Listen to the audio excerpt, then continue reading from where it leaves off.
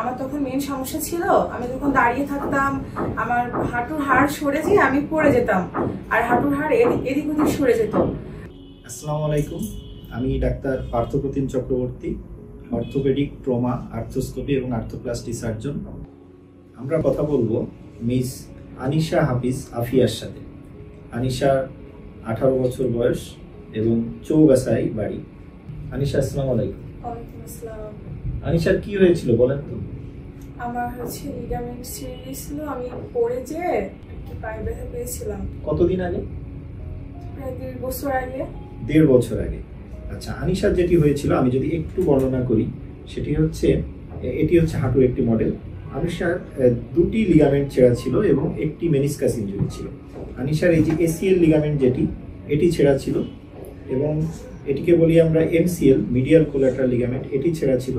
পাশাপাশি তার medial মেনিসকাসটিও injury ছিল। এটি একটি বেশ জটিল হাঁটুর ইনজুরি।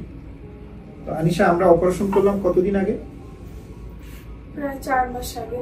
4 মাস আগে আমরা আনিশার অপারেশন করলাম। তো আমরা তাকে আর্থ্রোস্কোপিক সার্জারির মাধ্যমে হাঁটুর লিগামেন্ট রিকনস্ট্রাক্ট করেছি এবং মেনিসকাসটাকে আমরা পার্শিয়াল মেনিসেক্টমি উইথ ব্যালেন্সিং করেছি।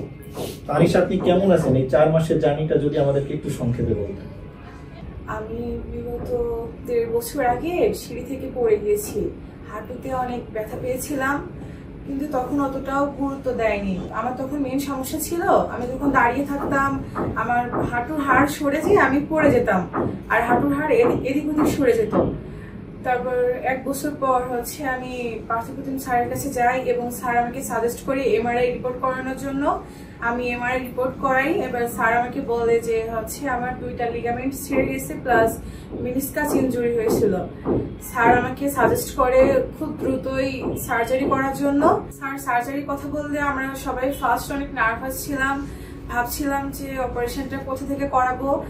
আমরা তখন জানতাম না যে যশোরেই স্যার লিগামেন্ট সার্জারিটা করাই। আমি ভেবেছিলাম আমি ঢাকা থেকে করাবো, কিন্তু ঢাকাতে সার্জারি করিয়ে ডক্টরের ফলোআপে থাকা আমার পক্ষে অনেক কষ্টসাধ্য ছিল।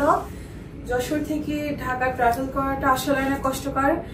পরে আমরা ডক্টর পার্থপ্রতিম স্যারের ইনফরমেশন পেয়ে দেখি যে স্যার এই লিগামেন্ট সার্জারিটা যশোরে করে থাকে এবং আমরা ফুল ফ্যামিলি মিলে ডিসাইড করি যে এই সার্জারিটা আমরা স্যারকে দিয়েই করাবো এবং অ্যাট লাস্ট আমরা স্যারকে দিয়েই এই অপারেশনটা করাই এবং এটাতে সাকসেসফুল।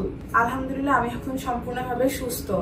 সবাই আমার জন্য দোয়া করবেন এবং স্যারের জন্য দোয়া করবেন।